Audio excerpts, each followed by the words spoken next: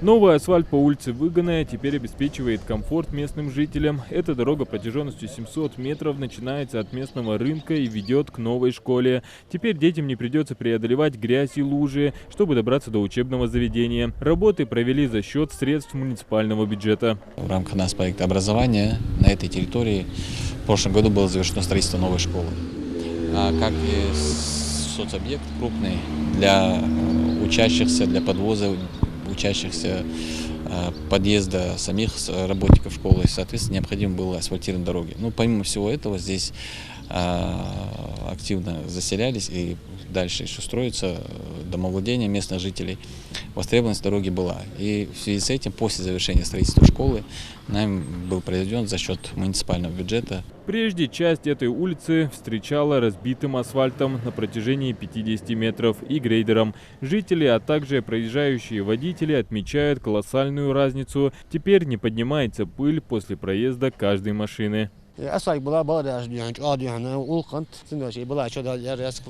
Параллельно с реализацией муниципальных проектов, город Сунджа активно участвует в федеральном проекте «Комфортная городская среда». Он направлен на создание благоприятных условий для жизни и отдыха горожан. В этом году представили 3 территории для благоустройства. Одна из них является прибрежная зона городского пруда по улице Бимбулата-Богатырева. Строительство этой набережной мы приурачиваем к столетию со дня образования ингушской государственности, который отмечаться будет 7 июля текущего года.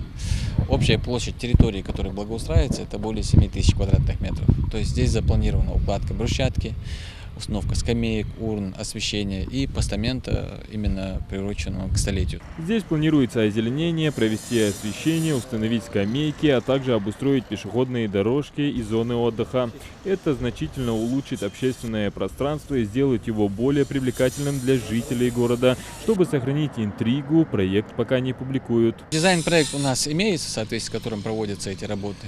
Ну, итог хотим сделать, я думаю, приятно удивить жителей нашего города и гостей. Работы у нас начаты буквально не более 2 недель назад.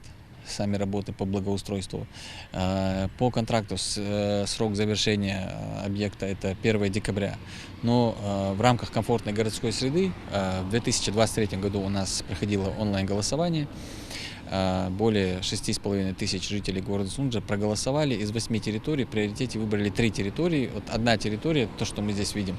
Мы планируем, по крайней мере, нас заверяют подрядчики, что уложится в срок к Дню Республики завершить благоустройство данной территории. Помимо этой территории, еще 2 территории у нас по улице Роза Люксембург в городе. Также планируется это монтаж освещения, небольшой сквер, скамейки для отдыха людей.